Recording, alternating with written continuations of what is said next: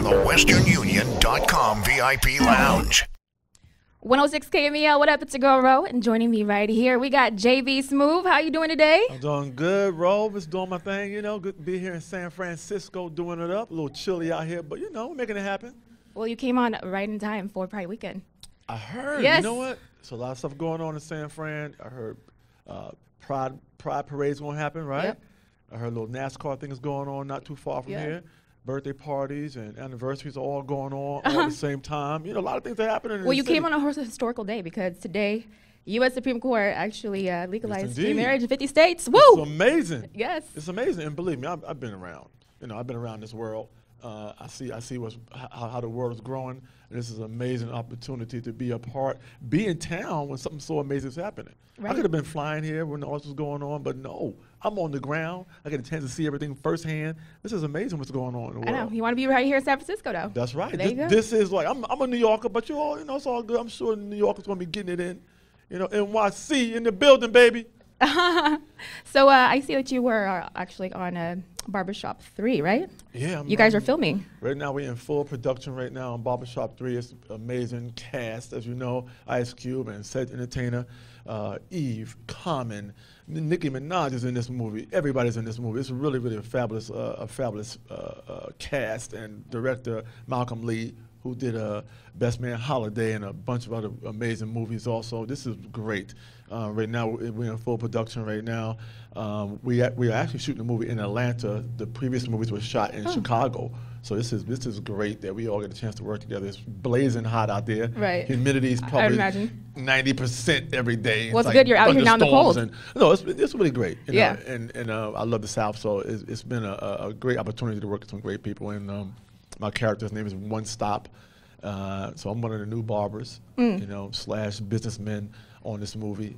Really, really a fun time to work with Ice Cube. You know, I always wanted to work with Ice Cube, and Common definitely. You know, Common won his Oscar this year for Selma song. You know, and it's great to touch base with these guys and work with them. That's such a dope cast. Oh, it's going to be an amazing movie. I just left there. I go back on Monday.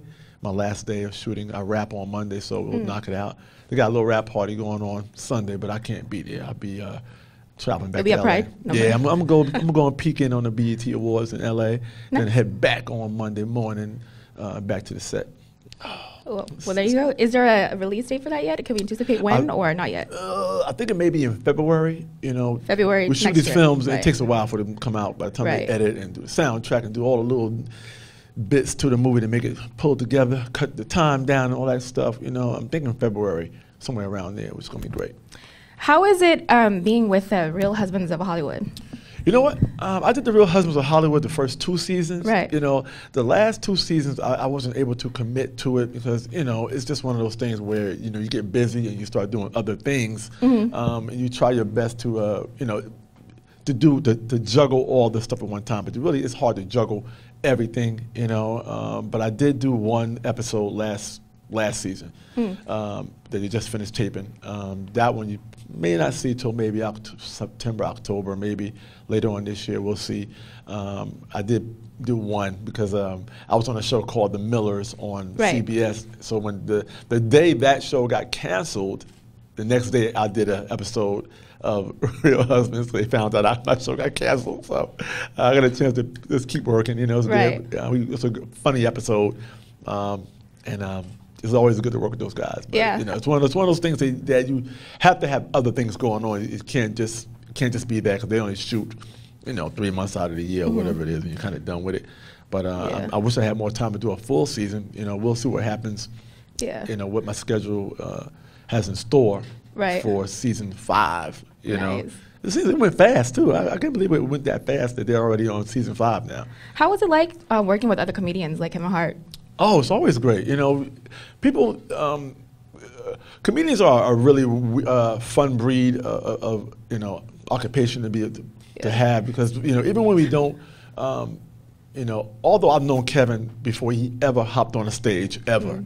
Kevin used to come in Philadelphia. He used to come and, you know, when I would come through Philadelphia, he would be that young guy who wanted to do stand-up. So he was always come to the shows and hang out and learn and pick up things from all the comics, all the veteran comics. So he's a guy who I've seen go from sitting in the back of the room to superstardom now. Yeah. So we, you know, and then the comics that I don't know, we have this thing where, you know, even if we don't know each other personally, we have this thing where we know each other. So when we see each other, it's always like, hey, what up? You know, and you know, and we meet. Yeah, we all know each other through television, through our projects, through other people, and it's like any comic who I run into, it's like it's all love. It's always like, hey, man, good to see you, man. I love your work. Right. See, I mean, I would imagine it's hard to break into comedy because it's like you have to convince people that you're funny, right? You know, it's more or less, it's really, I always tell people that, you know, the funny is something that comes. Right. But it's so many other things that go into doing stand-up in general, you know, stage presence, you know, delivery, certain amount of laughs per minute, be a personality that has to come out. It's not, you know, it is about the jokes, but there's so many audiences around the world that you have to perform in front of that if you focus on one audience and get yourself locked into, oh, this crowd's not laughing at me, you'll never grow. Right. So your growth has to come from your experience getting on stage. They say if you can walk on stage, you're halfway there.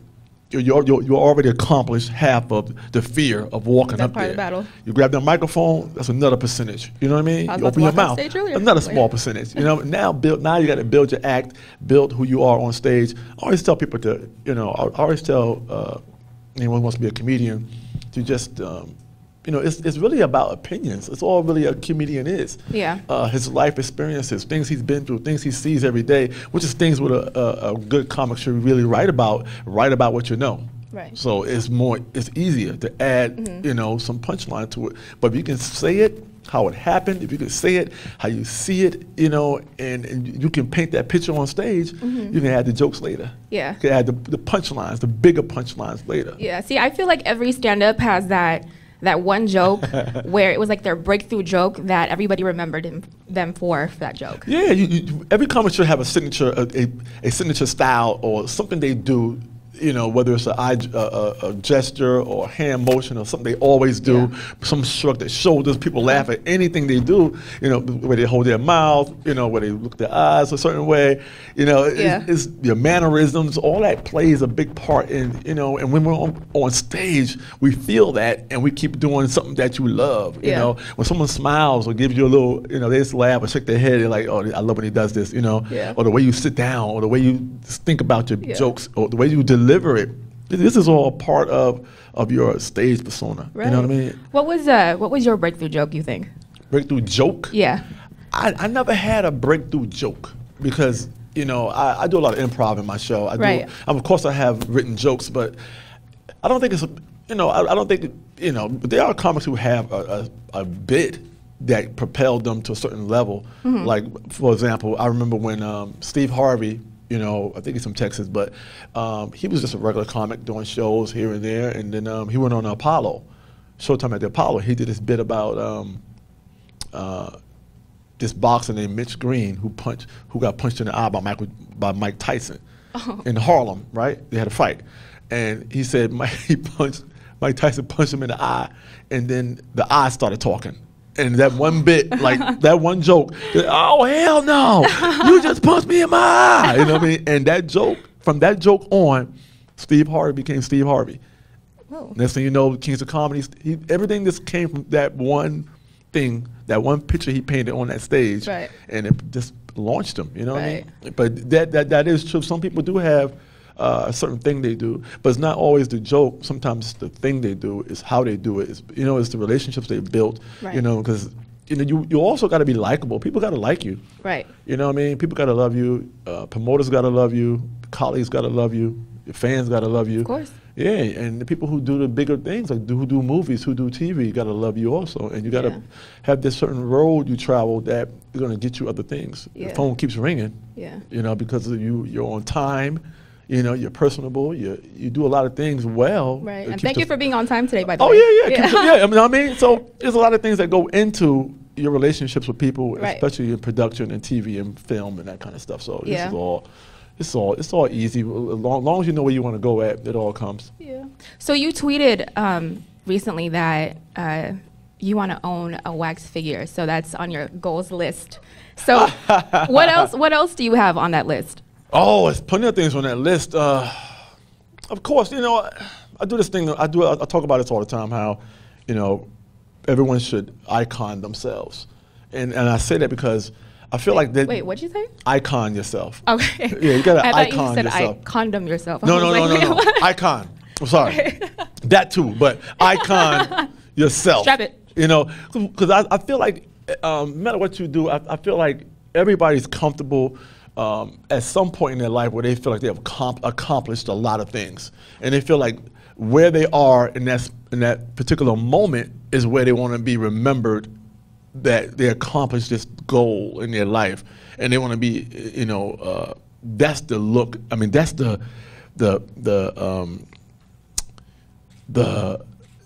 that's the place they feel most comfortable with. Right. For example, I did the David Letterman show, and I went on David Letterman show. And I said, "Hey, man, you're leaving soon.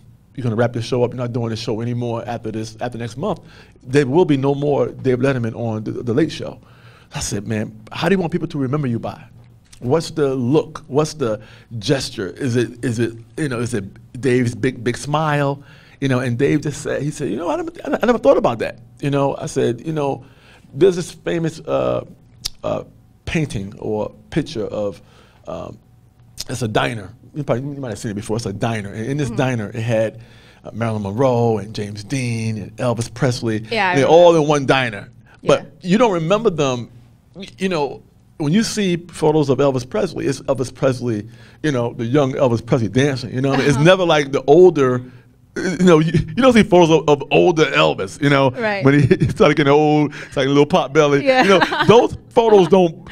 They don't put those out like, okay, Elvis got a little old. You know what I mean? Right. No, they put the photo of him vibrant and in his element. Right. Marilyn Monroe, they always show the one with her with the dress With her going up. dress. You know what I mean? James Dean is always like this. You know what I mean? Right. You never saw them sleepy. You never saw them bad. Everybody takes bad photos, but how those photos locked them in.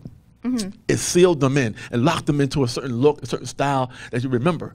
And I said, Dave, man, what are they gonna remember you for? And Dave he did that big old toothy smile, and he just kind of put his hands back. He said, this is my look right here. It made me laugh because I felt like that's true. And I feel like that's what everyone can do that. Everyone can, whatever your peak is in success, in things you want to accomplish in life, you should be able to lock that in so that can inspire other people. Lock yourself into a style, something that's your own. Lock it in, and that's you. Right. And this guy right here is dressed in a Giants outfit. This guy is a big Giants fan, right? Right? You want to be remembered as you are right now, the biggest fan ever. You know what I mean? I am a big Giants fan. This is me. You I claim serve. this. You know what I mean? So I always feel like that motivates people. That motivates me. Because I feel like certain things have happened in a pattern for me, and I feel like it's all hard work. It's never given to you. Nothing is ever given to you. It is about showing up on time. It is about being personable. It is about being yourself, and all that comes across on stage or film or TV. I try to keep consistent with what I do, but I do feel like we all have this thing we do that we need to really focus on and do what you do specifically well. Right. You know what I mean? It's hard to juggle a lot of things, but you can attach your personality, what you do, all those elements to whatever you do. So it doesn't even matter, what you do with it. Yeah. It's the base that really matters the most. Right. So you are here for our station, so it's only right to ask, who do you have, or who do you have in your iPod? Who are you listening to right now? Oh, you know what? I just like good music. I'm not really into. I'm from old school hip hop, so I'm from that era. So for me, I like a little mix of everything. I like this new guy named Leon Bridges. I like Life Jennings. Nice. I'm more into music. I love my wife's music. Shahida Omar. She's a singer. I just like stuff that I feel like. I like artists who I know put a lot into their sound, right. and they claim it. And that's their sound. That's what they do. You know what I mean? Right. I'm inspired by that. Right. I love Marvin Gaye. You know, if I do go a little rap or any current artist, you know, I like sometimes I like old school, like BDP. You know, I'm into like Nas. I'm like anticipating it right now. Yeah, I'm into Nas. I'm into all that right there. But also anybody current, you know, I like a little bit of Kanye here and there. And then J. Cole is like gold right now to me. You know, J. Cole? J. Cole's awesome because Album. he has a mixture of this old style with a little bit of his flair to it. He's a good storyteller. He's a damn good storyteller, and I like what he's doing. What about because you co-starred with her, Barbershop 3? What about Nicki Minaj? What do you think about her music? You know what? She has some great stuff. I'm not into too many. I'm trying to figure out which songs that I love the most about. But I like anything involving. I don't like straight rap. I like things that have a little bit of flavor to it. And she had a few songs that had some really cool levels in there. And you know, I like a little bit of instrumental. I like a little bit of singing in there. I like some vocals. I like a little bit of everything. I like music that's like to take two genres and throw them together. I like that kind of stuff. You know, I like the mixture of that kind of stuff. I don't like just a solid beat with just a song. That's why I love J. Cole, because he does a little bit of both. You know, my ears are stimulated by the music and the lyrics, but at the same time, I love what he's saying also. Yeah. So I get you know, that gets me, that captivates me. Well, you got some good taste. Someone's doing. Yeah. Yeah. So before we wrap this up, I want to ask you, what upcoming projects do you have? Oh, aside from, you know, the Barbershop movie that we started, I started 2 months ago. I'm also, you know, part of a company called Converge. I do some amazing branded entertainment stuff. And branded entertainment is, you know, artists like myself, you know, we help companies sell their product in a funny way. I'm sure everybody might have seen my rent.com commercial that's on right now. We did a whole, I do a lot of campaigns. Right. I've done Nike, I've done Reebok, I've done Paul Masson Brandy, I've done Pepsi, a whole Pepsi campaign for Mountain Dew Whiteout. I've done, and this newest one with rent.com is just amazing. I just finished on another Nike commercial for a skateboard sneaker. And next I'm doing something for the NFL. And I've done several things with the NFL already. Every football season, I kind of do some crazy stuff for the NFL. I've done one for Toyota. I've done, and these are all things that are cool because, you know, it sets me up as a businessman, not just a guy that's in front of the camera. You know, and with Converge, we also are doing management of comedians and actors, and you know, this allows me to put on my other hat, you know? Right. And I'm not just locked in, you know, in front of that camera. I'm behind the camera also. Yeah. So producing, we have a show, we're going into our 4th season of a show called 4 Courses with JB Smoove. We do that on the MSG network.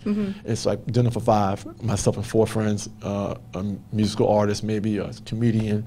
You know, we'll throw a chef in there, we'll throw, you know, and we just surround the table with some interesting people. And what we do is we just have dinner. Right. We have dinner, we kick it, we talk about love life, our careers, things that are going on in sports, things that are going on in our lives. And it's a fun show to do. And it's our 4th season doing it. We start a new season August. We shoot that in August.